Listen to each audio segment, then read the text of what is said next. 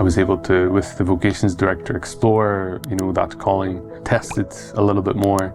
And interestingly, I actually kind of pulled out of that process at some stage. Just came to a realization that, maybe I'm out of my depth here. And in fact, the first vocations retreat, I actually missed that retreat. And I initially abandoned, that idea, at least for a while, for a few months. When I did that, there was a great restlessness in me. I knew that from that moment, something in me changed, and I wasn't going to find peace. Everything else just seemed kind of lifeless, tasteless. Everywhere else, I was just restless. And it wasn't until an encounter with a priest, now a friend of mine, a Polish priest who used to work in the diocese. He happened to be visiting Ireland for a few days, so we met up for coffee, and it was just a friendly chat. He didn't know that I was thinking about the priesthood. I wasn't going to share it, but something just prompted me. It just came out in the conversation that at one stage I was thinking about the priesthood a few months ago. Again, he was surprised. He was kind of amazed by this, but again, he came at the right moment. He was able to encourage me. He was kind of the finger of God that said, look, if you're thinking about this and if this was serious, then maybe you should reconsider. And that just came at the right time. It kind of gave me that impulse. It gave me that permission to think about the vocation, and it helped me to realize that I wasn't going to find peace except in that. I followed that prompting. I made contact again with the vocations director, and things moved fairly smoothly then from there. And I was accepted into seminary. When I told my parents about this calling that I felt, they were surprised, very surprised themselves. But they were very supportive. All they want is the best for me, whatever that is, and they'll support me in whatever I decide to do. In terms of my relationship with my girlfriend, it was certainly a challenge to end that relationship because of the prompting. I was torn. It was something that was extremely challenging for me at that time. But perhaps it just shows how profound that sense of calling was, how transformative it was, that I really felt like I had to drop everything and follow the Lord. The process of entering seminary begins with journeying with the vocations director. And once you decide to take that step to enter seminary, after the period of discernment, there's a formal application, there are referees who you have to nominate to sort of vouch for you. You have to write your vocation story for the bishop and so on. And there's an interview process. In our diocese, it was with a panel of there was a priest and there were some lay people as well. And after all these various formalities and so on, it was formally accepted and began seminary training in Belfast. There was a seminary in Belfast at the time where I spent my first 3 years. Before we start the first year in seminary, there's a tradition in Ireland, historically would have been called the spiritual month. At that stage, all of the seminarians in Ireland would go down to Maynooth, to the seminary, before all the other seminarians, the senior seminarians, would start. And we would gather there, preparing ourselves, I suppose, spiritually. There were various talks and classes at that stage, kind of preliminary things. And then after that month, the year began as usual with all the other seminarians.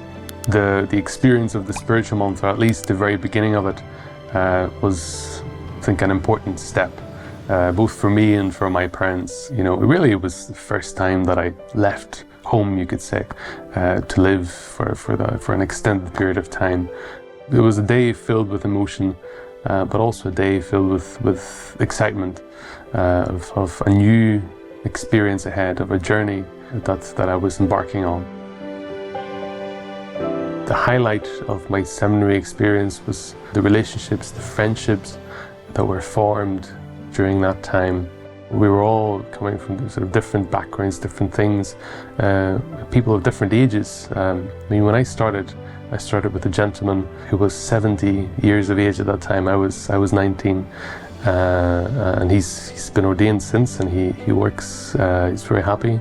We were united sort of by this one goal of following in Christ's footsteps, following his calling, his prompting. And in the difficult times, we were kind of in this together, particularly when things got very busy, when the pressure was on and there were so many things to be done. And it was that kind of got me through it oftentimes. It was the friendships, it was the good humour, the crack, as we would say in Ireland. That's certainly a highlight of my time in seminary. As I reflect on my seminary journey, there were certainly doubts at certain moments, particularly during the first, say, 2-3 years. You know, there were moments where I thought, is this really for me?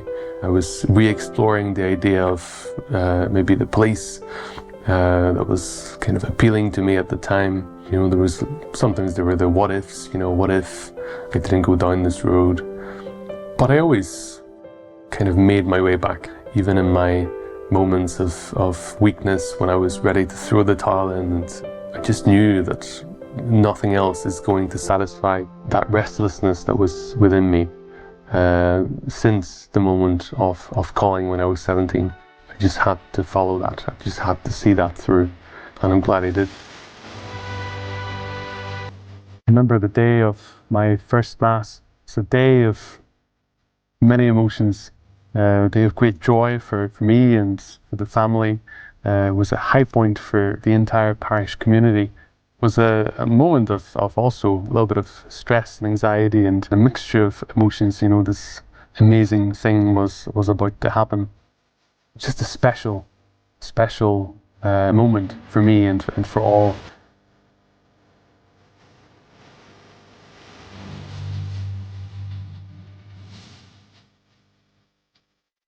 I find that actually with time I preferred actually the Masses that came after it.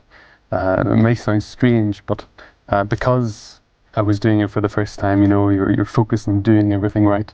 But it's your 10th Mass, your 15th Mass, when you don't have to think about what way you put your hands, what words you say, when you can actually focus on what is taking place, when you can meditate on kind of the mysteries unfolding right before you.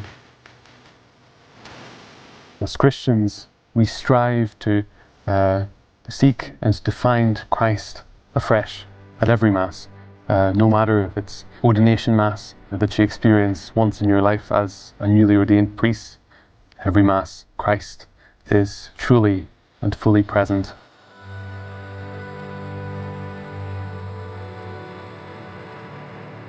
Priestly ministry has been an immense privilege and joy for me. The most privileged aspect of the ministry for me is hearing confessions, is being the instrument of God's mercy in people's lives. Every time before I go into the confessional, I always kneel down before the Blessed Sacrament, and that's what I ask the Lord. Lord, may your words resound. Help me to be a faithful instrument of your mercy.